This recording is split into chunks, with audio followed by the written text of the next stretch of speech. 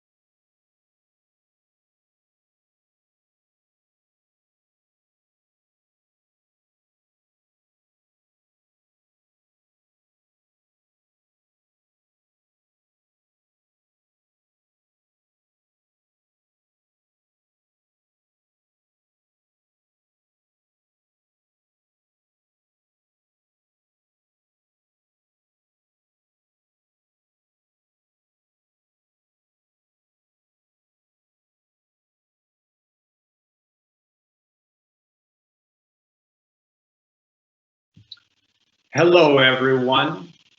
It's about 5 after. I think we should go ahead and begin. I want to welcome you all to today's Cognitive Science Virtual Town Hall.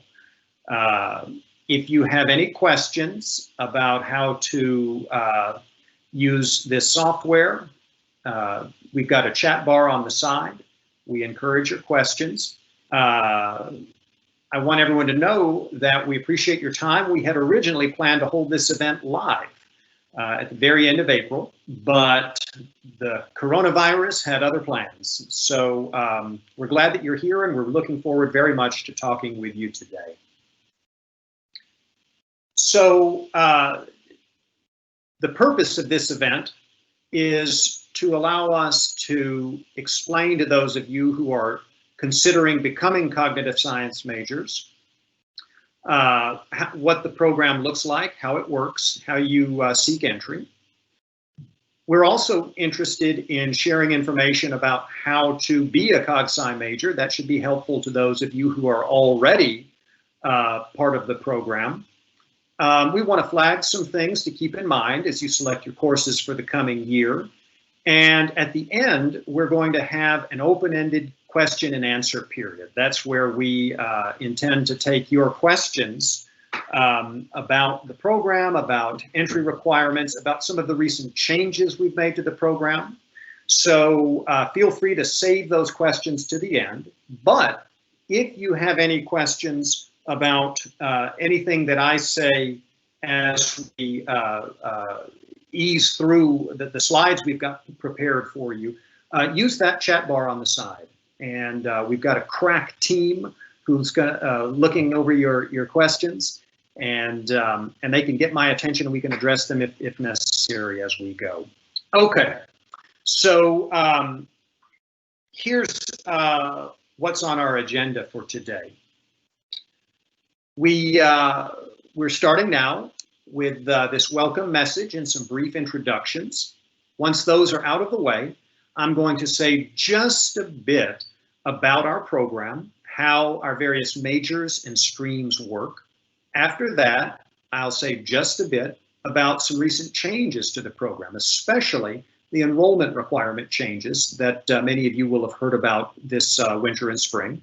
And when that's done, we'll get on to the question and answer period. Again, feel free to save your questions to the end. We're happy to talk in an open-ended way about the program. But if you do have something that comes up, a need for clarification or something like that, during the more formal parts of the presentation, use that chat bar and we can address them. I also want to let you know that since we are expecting a lot of people to join in today, I will be receiving a log of the questions that are posted via the chat function. And in CogSci, we can review those and get back to folks who might not have had a chance to get their question addressed today. All right, we won't forget about you. So for those who are just now joining us, once more, welcome to our CogSci virtual town hall. You might be wondering, whose voice is this? Who's this head I see here on the screen? I'm Professor James John. I am in the philosophy department and the University College Cognitive Science program. This year, I have served as the program's interim director. Now, you should know that from July 1st, Professor John Vervaeke of Psychology and Cognitive Science will take over as our new program director. I'm joined today by Cecile Ciulis, our terrific program coordinator, and Kamla Sanctity, assistant to the vice principal and academic liaison. I know that you've all interacted with Cecile and Kamla in various ways in our front office, and you'll be hearing from them later today. I also want to give a shout out to the wonderful folks at ACE. That's the Academic and Campus Events Group. They've done a terrific job getting us up to today's meeting, and they're helping us even now keep this event live and make things run smoothly. So we thank all of them. So once more, welcome to today's event. Welcome to Cognitive Science. And welcome to the University College community. CogSci is very much a part of the college, and we can talk about that if you have questions about it. How does CogSci relate to UC? All right. So with the welcome introductions out of the way, I just want to say a bit about what the program looks like, and then we'll ease into talking about some recent program changes. Now, I want to put you all at ease. In a moment here, you should be seeing a slide with some of the foundational credit requirements for our arts major. I'm not going to read all of this in detail. I don't plan to bore you in that way. You can get all from the Faculty of Arts and Sciences online calendar. Just Google University of Toronto, Faculty of Arts and Science calendar, click the link, and you can follow your way to the CogSci program. You can read all about our degree requirements in detail. What I want to do today is just give you a sense of the basic shape of the program, what you should be doing when you enter the program, how you should make your way through it, all the way to degree completion and graduation. So we've got two majors, an arts major and a science major. I'll start off with the arts major. Now, the way we envision things, it works something like this. You begin in the program with some foundational courses. In your first year, for example, we'd like you to get a computer science credit out of the way. They're listed here on the slide. Remember, we're talking about the arts major now. There is the Introduction to Linguistics course that we also ask everyone to take. Then there is COG 250Y, our marquee year-long introduction to cognitive science, typically taught by Professor Vervaeke. We have a stats requirement, and then some core psychology courses that we ask folks to take. For example, Introduction to Cognitive Psychology. In your second year and beyond, you can begin to take some of our special COG-designated elective courses, pardon me. We've got COG 341, COG 342. We have some new ones I'll talk about later when we come on to important changes to the program. We ask folks to take Minds and Machines in the philosophy department. These are, again, your foundational courses for the arts major. Now, something I want to stress, and this is very important, we do ask that folks get these foundational courses done as early as possible. Don't put off, for instance, the computer science requirement until the very end. Here's why. As those of you who are old hands will know, those of you new to the department may not, but as those of you who've been around for a while will know, these computer science and psychology courses especially fill up quickly. It can be very hard to get into them, and you need them, not only for your CogSci foundational requirements, but also for this reason. If you plan on going into a stream that requires a number of computer science or psychology courses, you will need these foundational 100 or 200 level courses as prerequisites. So it's not just that you don't want to put this off and miss the chance to take the course and get in a bind.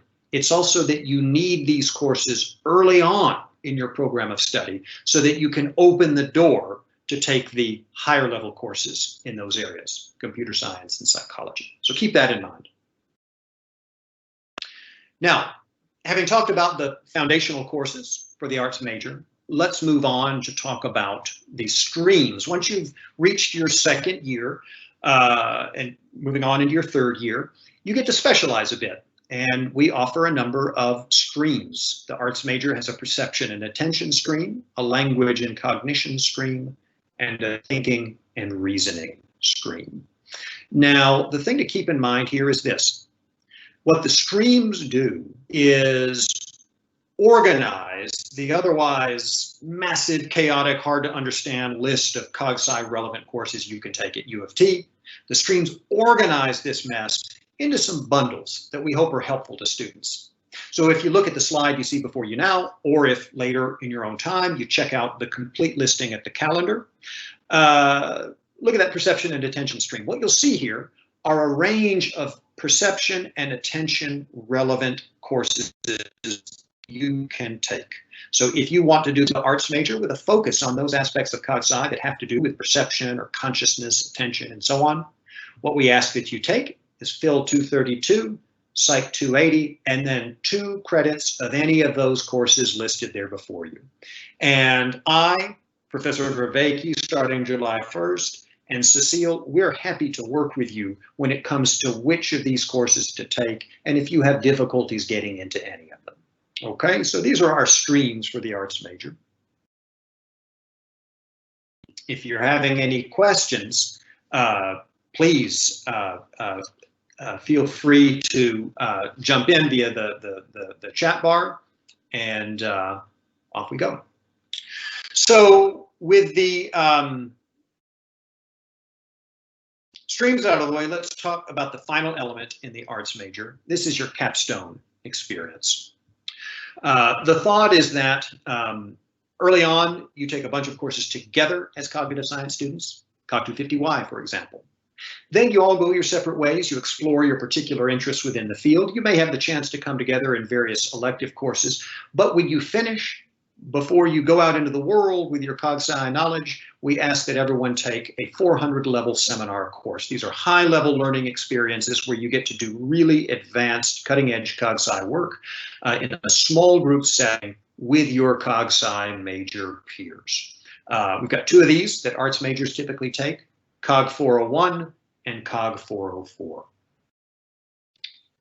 We offer a number of independent study options that are quite popular.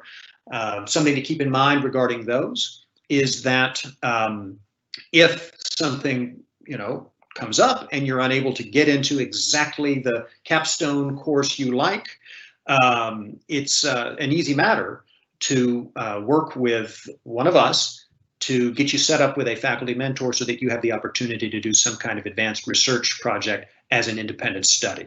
And we can use that to fulfill your capstone requirement. Students sometimes ask us, though, do I have to do an independent study? No. That's there for you to choose.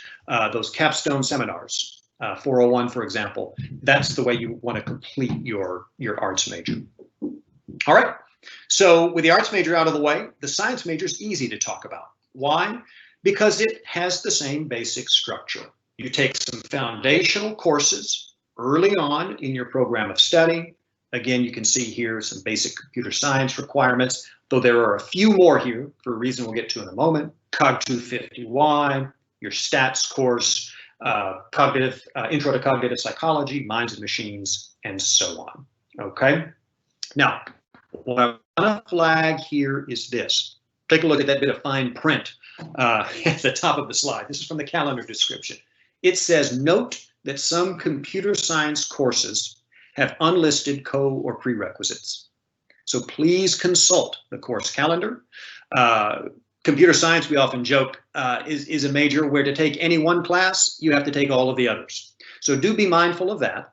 That's yet another reason to make sure that you get courses like CSC 108 or 120 or 148, what have you, out of the way as early as you can. Don't put that off until the second semester of your third year, your fourth year, or a fifth year if you end up taking one, right? Don't put that off. Try to get that done early. All right. Once you take those foundational courses for your science stream, you have the opportunity to specialize a bit. And for our science major, we have two streams. A computational cognition stream, which is very popular, and another popular brain and cognition stream. The computational cognition stream is one that opens up a lot of options to do with artificial intelligence and so on, computational cognitive science. And as you'll see here, you've got a long list of elective courses to select from. Some of them you might wonder, what are all of these philosophy courses doing there? Well, those are typically courses in advanced logic, and they are highly relevant to some of the computer science courses that are also offered. So it pays to dig deep down into this list of possible elective courses you might take. There are some real jewels in there. And once again, I or Professor Vervaeke, starting in July, Cecile, we're happy to talk about all of this with you and help you put together a nice set of courses. Well, we're almost done with our quick survey of our majors. Here you can see now the new slide is the second stream, the cognition and the brain stream for our science major. Again, there's a long list of really interesting cognitive neuroscience relevant courses, cognition and the brain type courses.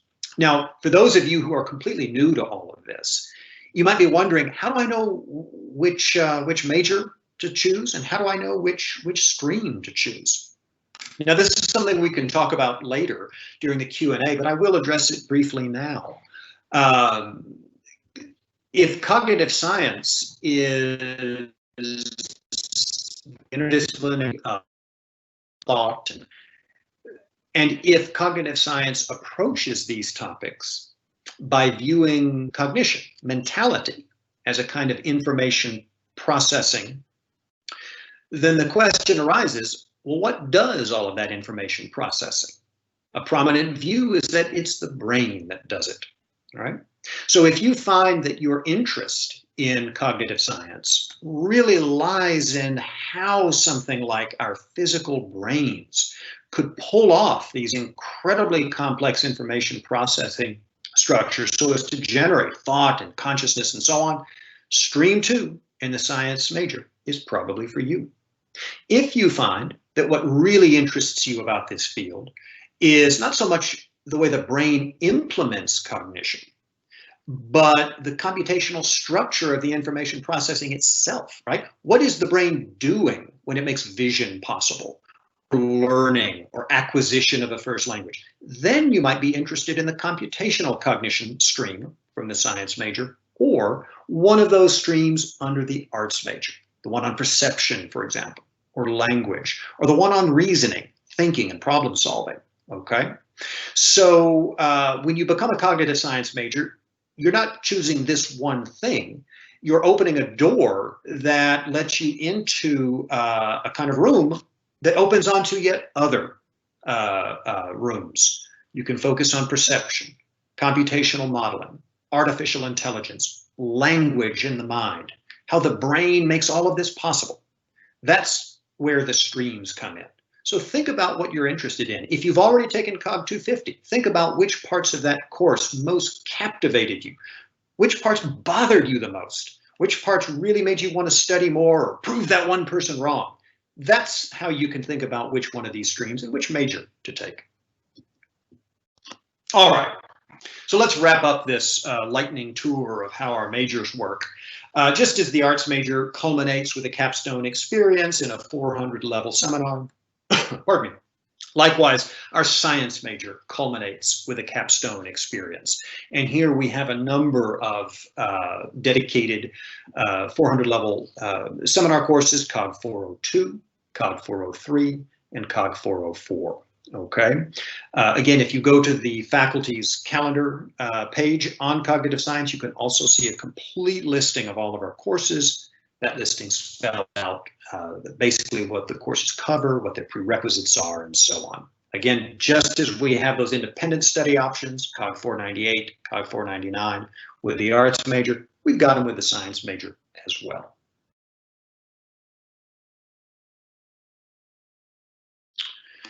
Thank you, Jim. Jim, do you mind if I just supplement some of that great information you've covered? Absolutely. Come on in, Cecile. Before we go ahead. Hi, everyone. Thanks for joining today's town hall. It's Cecile here.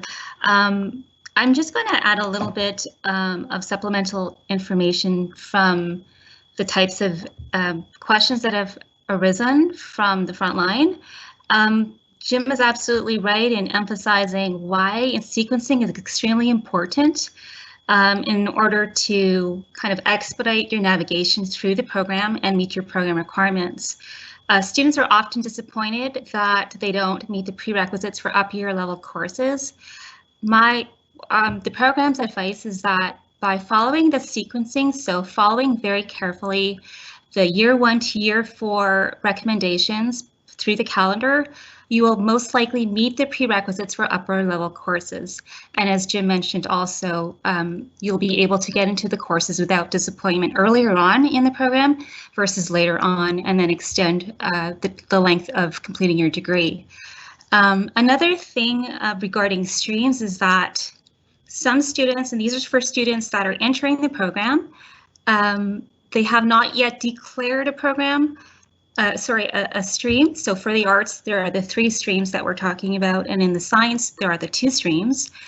One thing that the internal student software Degree Explorer will do is that if you have not declared a stream, it will declare it for you, and don't be alarmed. The way that Degree Explorer declares that is by looking at the inclination of courses you're taking. So for example, if you're taking language and cognition, there's the inclination that those will be philosophy courses. So if you're taking a bunch of philosophy courses, it will self-declare on DEX that stream 2 in the arts major is your stream. If that is not the case, please write me an email, shoot me an email, and I can have that fixed for you, and as well advise you on course selection so that you can take the courses that will declare the stream that you're interested in. Another thing about, so when you're looking at streams, look at the courses. For example, stream 1, perception and attention, has the inclination or propensity for psychology courses. For language and cognition, the propensity is towards philosophy courses. And for thinking and reasoning, the propensity or the cluster of electives that you can choose from falls within the philosophy courses. Now, as Jim put all those courses for you to choose from, just know that that is not a complete list. Electives, course electives that fulfill that program requirement are always open to, approach. For example, this may reflect the current calendar or the calendar that was posted within the last 2 years. There are some of you that are taking part in this town hall that are further along. We try to review courses that can be relevant as electives towards streams. Yeah, so that's all I wanted to add. Thanks, Jim. Thank you, Cecile. Those were all terrific points.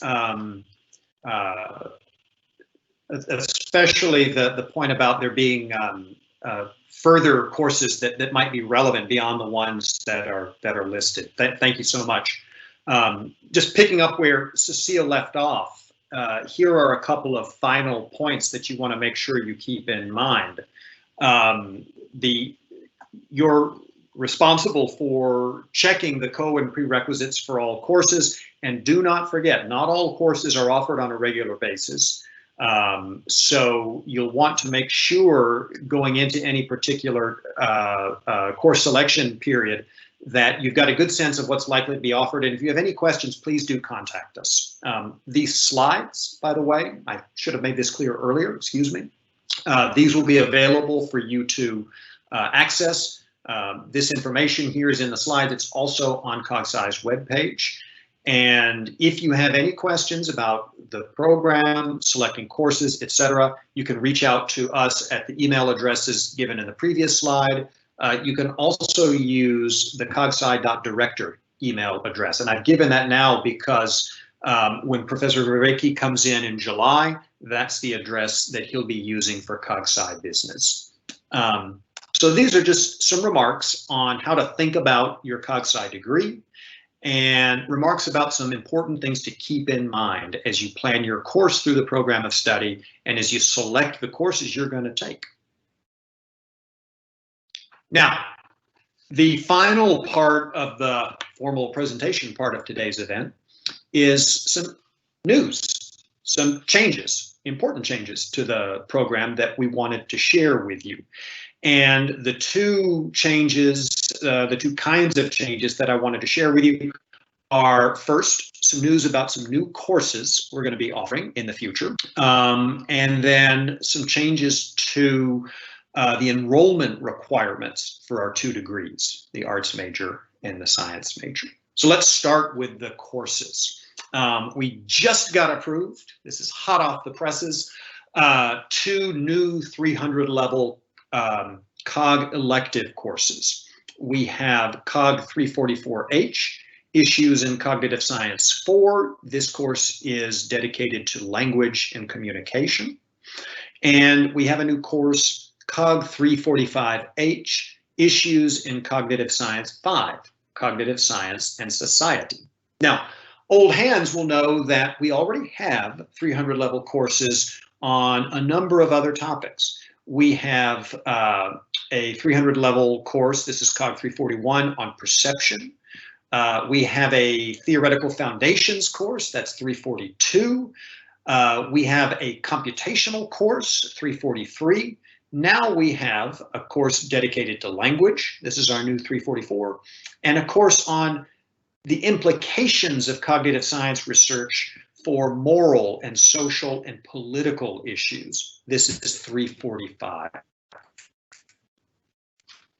Now, COG 344H will not be offered in the coming academic year 2020-2021, but COG 345 will. We're very excited to have a new hire, Professor Karina Vold at the Institute for the study of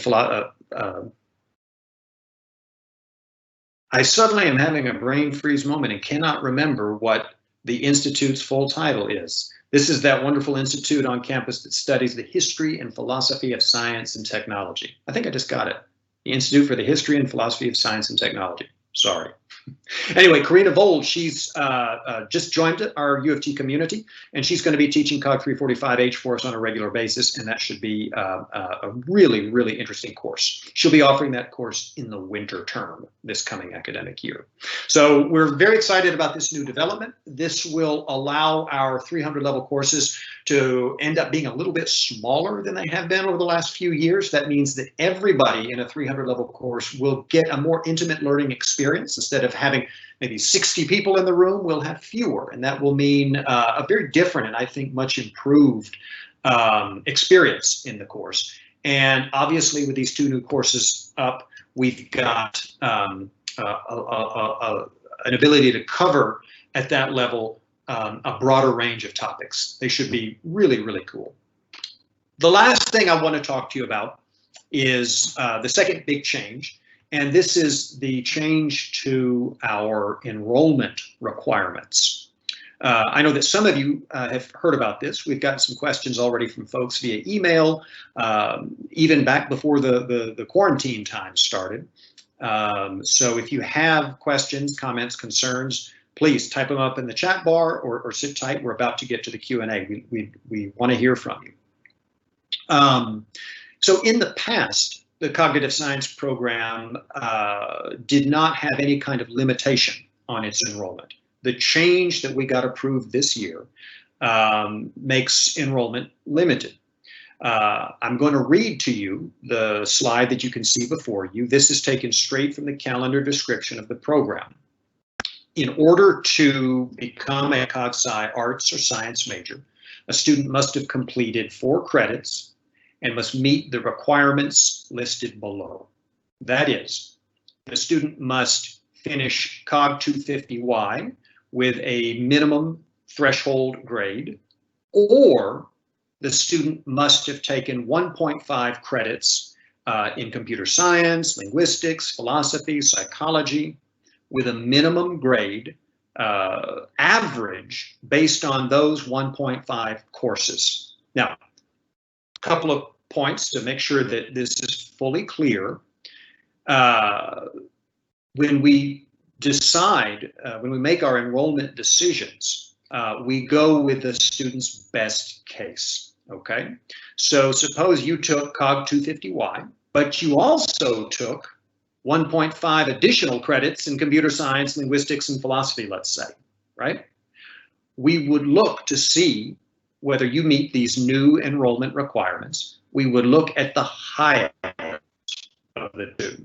So if you got an A+ in COG 250Y, whereas the average of your 1.5 credits, that is what you get when you average your CSC, linguistics, and philosophy course grades, is a B-, let's say, then we would assess your enrollment status based on the COG 250 grade, okay?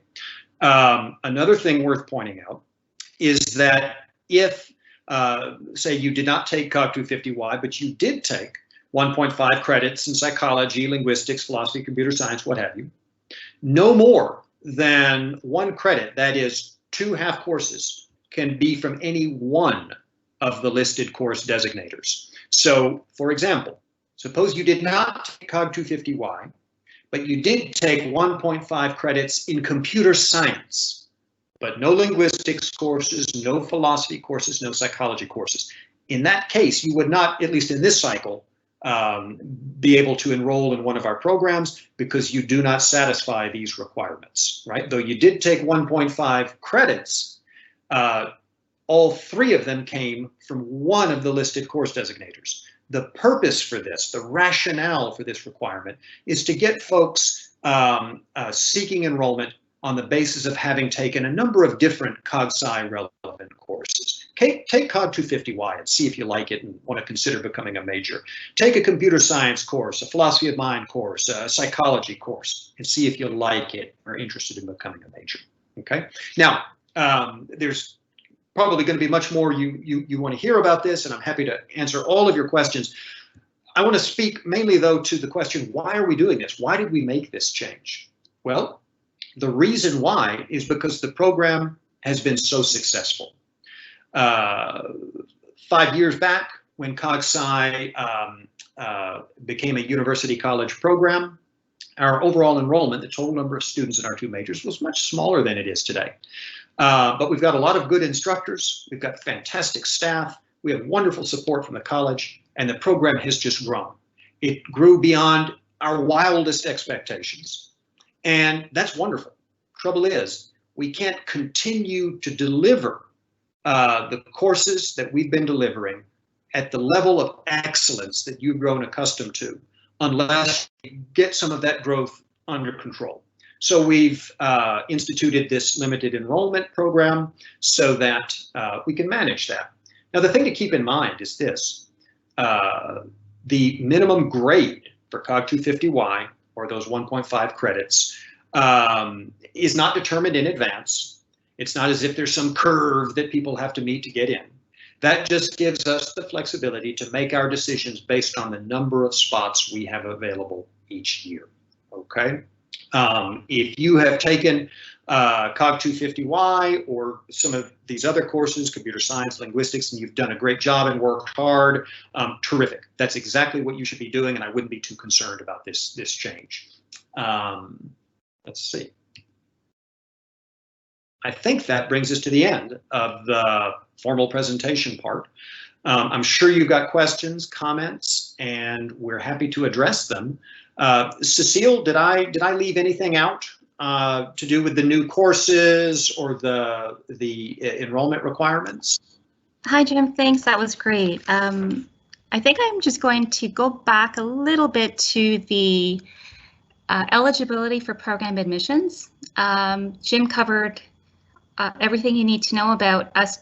What happens is that we review the best case scenario for you. One other thing to add is that, say, for example, under so there's 3 conditions, right? Meeting that 4.0 FCE, sorry, it's not a condition, but 4.0 is necessary.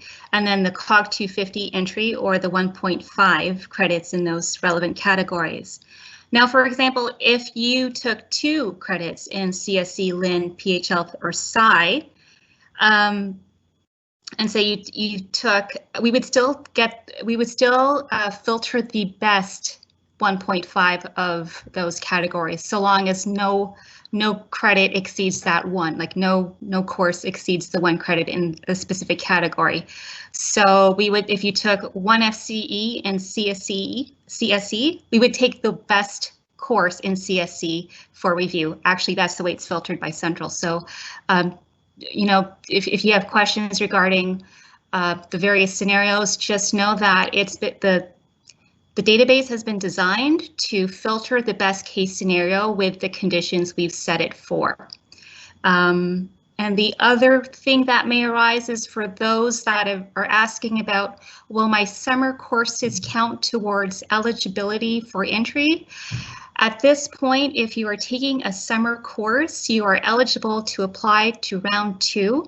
Round 1 has now closed, and we're in process of reviewing those applications and making decisions.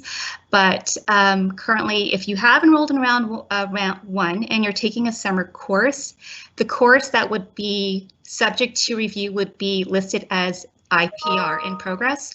So if that is the case for you, and you're taking a course in the summer and you've applied to round 1, we do recommend at this point to apply to round 2. Which opens, round 2 the second round will open July 11th to August 26th. That way we can have a full picture of the courses that are eligible for program entry and we can review appropriately. I hope that helps. I think that's it for me, Jim.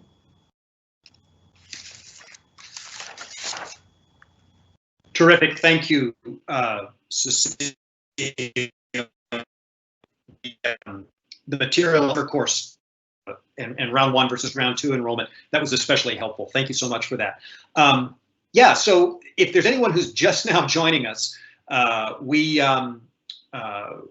just walked through some of the basic program requirements as well as enrollment requirements. We talked about some new courses, and our presentation is all done. So I think what we're going to do now is take questions. We've got at least 20 minutes of scheduled time left.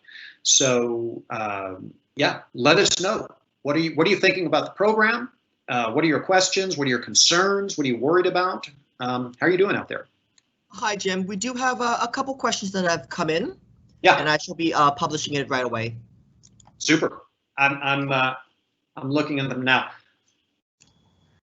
I'm just going to go ahead, if you don't mind, Jim, with one of the questions in queue that Kamla's addressed for response, if you don't mind. No, take it away, Cecile, please. There is a student attending that is asked about a course in psychology. So I'm assuming you're in the arts stream. Sorry, it's not mentioned here, where you're taking an upper level psychology course where that department is not recognizing your stats courses as a prerequisite. I know, and then you've mentioned that you have completed STA 261, I believe, and 257, and you've completed that. I have to look at the specification. So the way it works is that we hope to capture all prerequisites that are listed as electives towards our streams in this, because a lot of the stats across university are usually very flexible in accepting as an equivalent or as a substitution. So I'm going to look specifically into that for you. I recommend if you could kindly email me specifically your student number and the course in question in psychology. I would have to contact that psychology department to accept the stats prerequisite that you have as acceptable. Okay, so don't worry, we'll get that. I'll look into that for you. Just please email me your student number, and I'll look into that for you. Thanks, Cecile. We also have another question, Cecile. This might be a great question for you, is how to declare a stream. Okay, so as Jim mentioned, COG 250 is it's a capstone course, so it's mandatory for any student that has to enter the program. And in that course, it covers core topics that hopefully define the kind of interest that you're inclined to. Now, the hope is that students, and it's not always possible, but the hope is that students have an interest as they're pursuing this major. But if you ever have questions about what it is that how to go about declaring a stream, the best recommendation is to look at the courses offered in that stream. So for example, if you haven't declared a stream, by choosing courses that you're interested in, Degree Explorer will start to pull the courses associated with that stream and declare it for you. So for example, we'll take an example for the art stream. Let's take perception and attention. You'll notice that a lot of the electives to fulfill stream 1 fall in psychology, not in philosophy and linguistics, as in stream 2 and 3. If you are undeclared, Degree Explorer, once you're a program student, will start to pull the courses you've completed into that stream and declare it for you. Once you've logged into Degree Explorer and you don't agree with that, I recommend that you talk to me. I have a way of speaking to the auditor so that you can declare a stream right away. But that is, what would you say, Jim? Is COG 250 a very good indicator of how to explore your interests and how to go about that? I mean, with both streams, other than speaking to one of us directly? It is, absolutely, Cecile. The course is designed to help students learn about the field, but also learn about what parts of the field interest them most. And I think your advice was right on. So students should let their experience taking that course guide them. And if they have further questions, they should come to see one of us, right? And we'll be happy to help. For those students who might be entering the program without having taken COG 250, right? Suppose you enter on 1.5 requirements, then again, we're here to consult with. Yeah. Thank you. We do have another question. What is the minimum average? That's a great question. I suggest that we take that, Kamla, along with Is there another question about what if a student did a credit, no credit option for a class? There is. It follows up with another student's question where for one of the 1.5 credits, what if a student credits a class? How would that work in the calculation of the grade average? Okay, those are both great questions. I think we can sort of take them together. Cecile, I'll say just a bit about this, and if I leave anything out, feel free to jump in. Thanks for those, Kamala. On the first question, what is the minimum average? The answer is we're deciding. We're figuring that out. So as I mentioned before, there is no particular grade that we expect everyone to get. Our decisions about what the minimum grade for these courses will be based largely on exactly how many spots we have to offer and how much interest there is in joining the program. The key thing to keep in mind, though, is that once we have determined how many spots we have to offer and how much interest there is, every student is held to exactly the same standard. As far as what students should expect if they're hoping to enter on the 1.5 credit option, but they did a credit, no credit for a course, the information that we are provided with, the student record information, gives us access to what they call in the registrar's office a student's underlying grade. So maybe you did credit, no credit for a philosophy course and ended up making an 75, but you did credit, no credit, so what your transcript will say is credit, you passed the course. But we will have access to that underlying 75, the actual number grade, and the decision that we make will be based on how that 75 averages in with the other 1.0 credits for that option. Did I leave anything out, Cecile?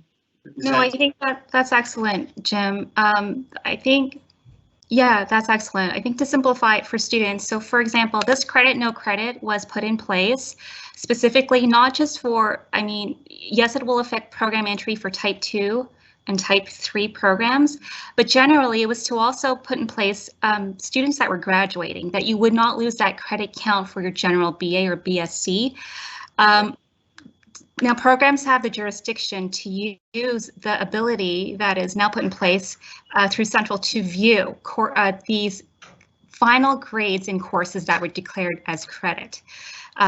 We have to, because we are type 2 and we are limited, I believe, Jim, we have decided that we will use the ability to access those grades to help in assessing for review. And that is, again, to keep it equitable and also because of the limited spots. Because of the program growth, and that's, I think that we all think that that's fair. Yeah. But then again, it's still just note that a credit, no credit. If you're currently in the program and you're declaring a course taken as credit, no credit, so you're not using it for program entry, but you are using it still to complete your program requirements, do note that it is counted as whatever weight FCE it is towards your program requirements. I hope that's clear. But if you have any questions, feel free to add a question to the chat, and Kamala can filter that further. Another quick question from another student. One of the program invitations, when will they be sent out? Jim, do you mind if I just step in with that? Yeah. Okay, so the schedule for first round, and I'm assuming you're asking about first round, students have from March 2nd to April 30th to request a program via Acorn. From May 1st to June 12th, the program is in review mode, so we're reviewing applications, and we have until July 10th to respond to invitations via Acorn. So you can log in on July 10th for round 1 to see if you were invited or refused into the program. Jim, is this the proper time to mention those that may be refused to possibly apply to round 2? Or would you like to follow that up in documentation later?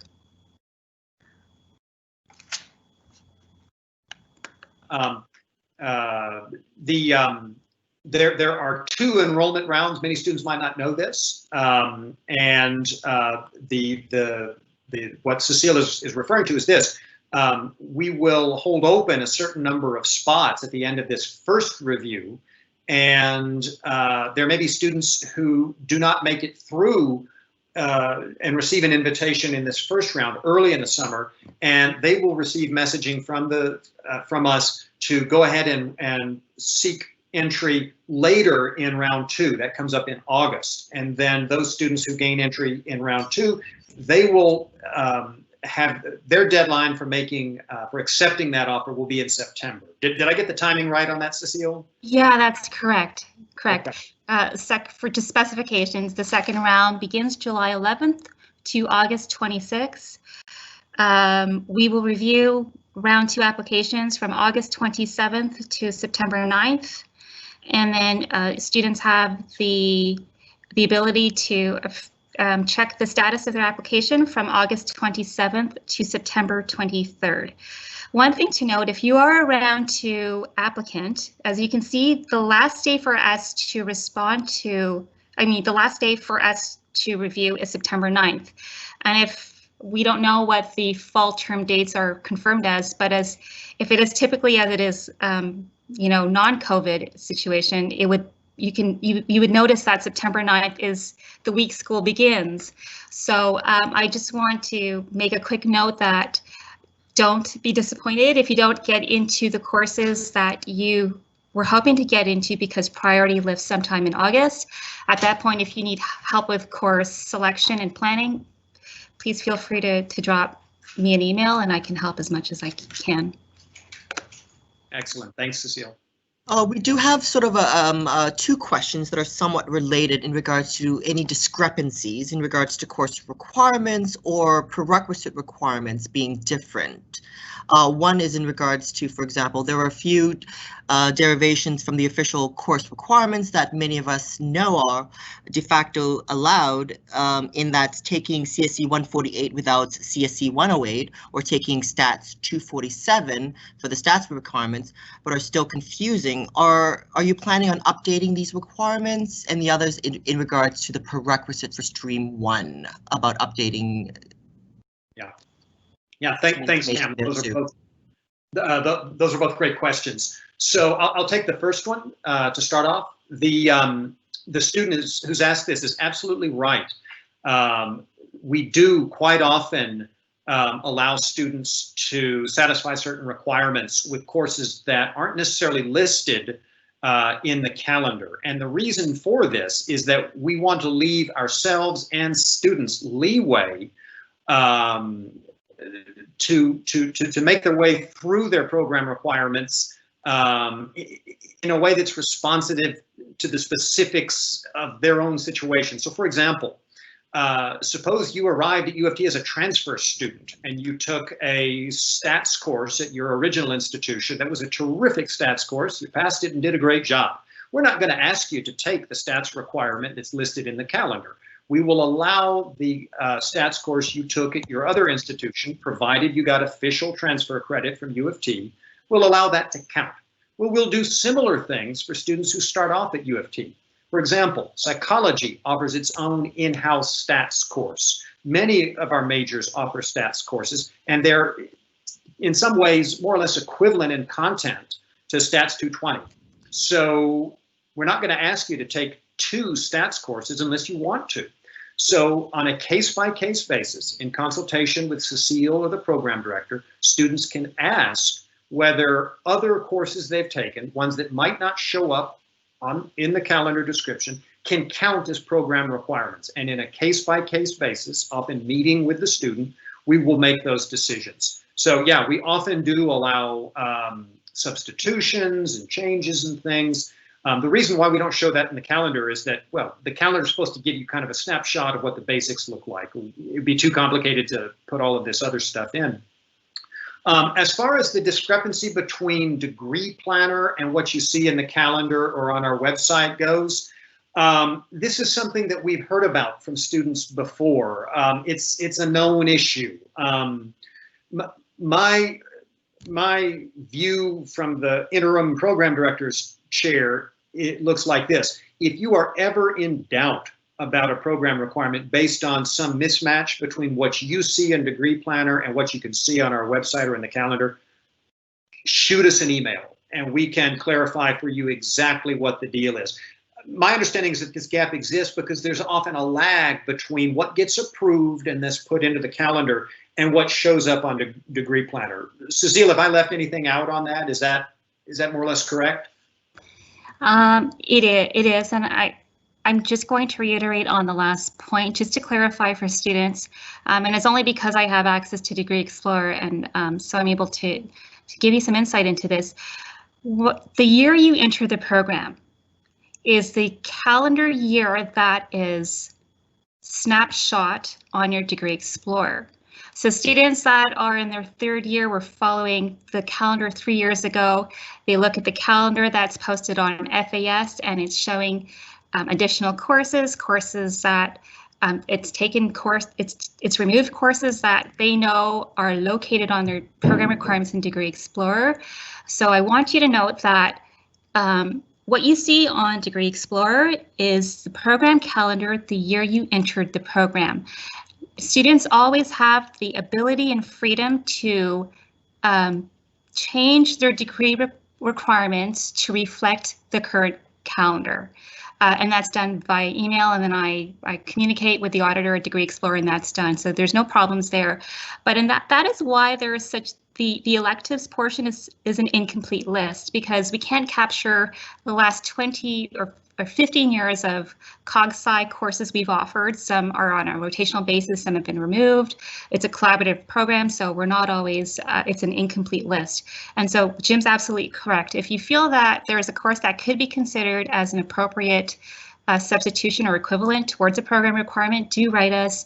I always liaise with the program director who has the final approval on these requests, and then I make the entry on Degree Explorer.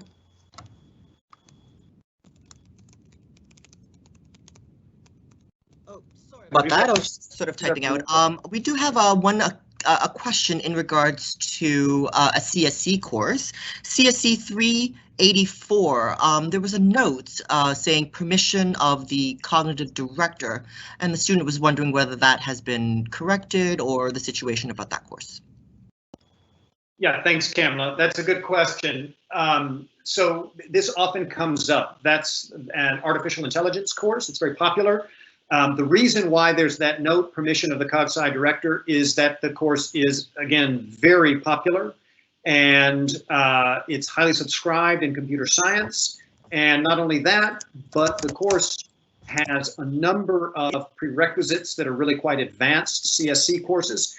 And so computer science has asked CogSci to make sure that we allow our students in on a case-by-case basis. That is, we want the students who take that course to be set up for success, right? And we want to make sure that they are in a position to get into that course and have a good experience. I believe the student asked, how do we go about getting the director's permission? It's simple. Send an email or come on by the director's office hour. If it's one of those times during the year when there's a crunch, just resend your message. The director will get back to you. That's all it takes. When you do come in to discuss your eligibility for the course with the director, the sorts of questions you'll be asked are things like, look, how many computer science courses have you taken? Do you have an AI background? What's your specific interest in the course? We want to get as many of you in there as possible, but because space is limited and the course does have very demanding prerequisites, that's why we do ask for the permission there, okay? Jim, if I may add to that, okay. Yep. Students, if the course designators are important, and I don't mean to contradict, but CSC 384 is a course that is owned by computer science. They set the precedents, they set the prereqs, etc. Personally, Jim, I'm sorry to say that, but I believe that permission from the CogSci director for approval for entry into a CSC course is actually incorrect. And I'm glad this was mentioned because I just want to address it quickly. Any course that is not a COG course designator, so for example, CSE, which as we know is coming up a lot for 300 level courses, psychology courses, etc., you need to approach that department for permission because ultimately they have the administrative permissions to get you into the course. Not myself, not Jim, not Kamla. They own that course. So in order for you, this is just insight, in order for you to gain best accessibility into that course, ensure that you meet the prerequisites. The advice and recommendation is to write the CSE department, and I could work on and advocate on your behalf because it is counted as an elective towards computational, but you would write them for permission for entry into that course if you do not have the prerequisites and you're asking them to waive it. Unfortunately, Jim, I think that the language where you ask the director to approve a course that doesn't belong to our department is sort of throwing off a lot of students, and that will be corrected. Kamla, can you just jump in because you have a lot of like frontline with calendaring? Is that correct? Absolutely, absolutely. Okay. So if you do, that was actually put in error. And I believe we are trying to address that with computer science at this moment. It is a computer science course, and to reiterate Cecile's point, any COG courses we control. Anyone else, in regards to permission, you need to approach the department that controls that course specifically. And then should you need it recognized on your Degree Explorer, please reach out to Cecile to have that corrected. On your Degree Explorer. If you're unsure whether this can count or anything else, please see the director. The director can confirm that information, and then of course you pass along it to Cecile and she can correct it accordingly. Thank you so much, Cecile and Kamla. I didn't realize that was a mistake in our calendar description. That's important. That's very good to know. We just got that like last year. It was one of those odd situations where we didn't know how to really address that actually. Okay, no, that's no problem. We can get that removed in the fall when we revise the calendar. Thank you so much for those clarifications. I'm sorry for my previous answer. So to the student who asked this question, I'm really glad you asked this question. Fantastic. Could you, I have a question here, from a student to touch upon, if you can, a little bit more of the independent option in the 4th year. Oh yeah, great. Another good question. So the standard thing that a student might do in their 4th year, or whenever they're in their final year of the program, is to take one of our so-called capstone courses. Those are those 400 level seminar courses where you get a very advanced experience in a small setting, okay? These aren't courses with 70 students, these are courses with 20. They're capped at 30. Now, we also offer COG 498 and COG 499. Those are independent study courses. Suppose there's an issue that you really want to explore, you want to do some research on, maybe you've got an idea for an experiment, what have you, and you haven't been able to explore it in any of the other COG Sci related courses you've taken. What you do, come see the program director, and you'll sit down and have a brief conversation about what it is you want to work on, and the program director will help you find a faculty mentor. It might be a professor in computer science or psychology or philosophy or linguistics, whatever. If that mentor agrees to work with you on your project, you will have a semester-long experience in which you do that research under the supervision of the mentor and produce something. It will be a paper, it will be an experiment. It depends on what your interests are. This is something that you can do anyway. We have students who take our regular capstones, but are also really keen on doing something independent, and they do a 498 or 499, okay? Sometimes we have students who, for various reasons, can't get into a capstone. Maybe there are special circumstances in play in their case, and what we ask them to do is, well, do an independent study, and that will satisfy that final requirement for you. So that's a bit on how that works. If you're curious, write to the program director. It's a great way, these 498, 499 studies, just to follow through and on something that really interests you. I'm mindful of the time. We're a bit over 3 o'clock, but I've got time.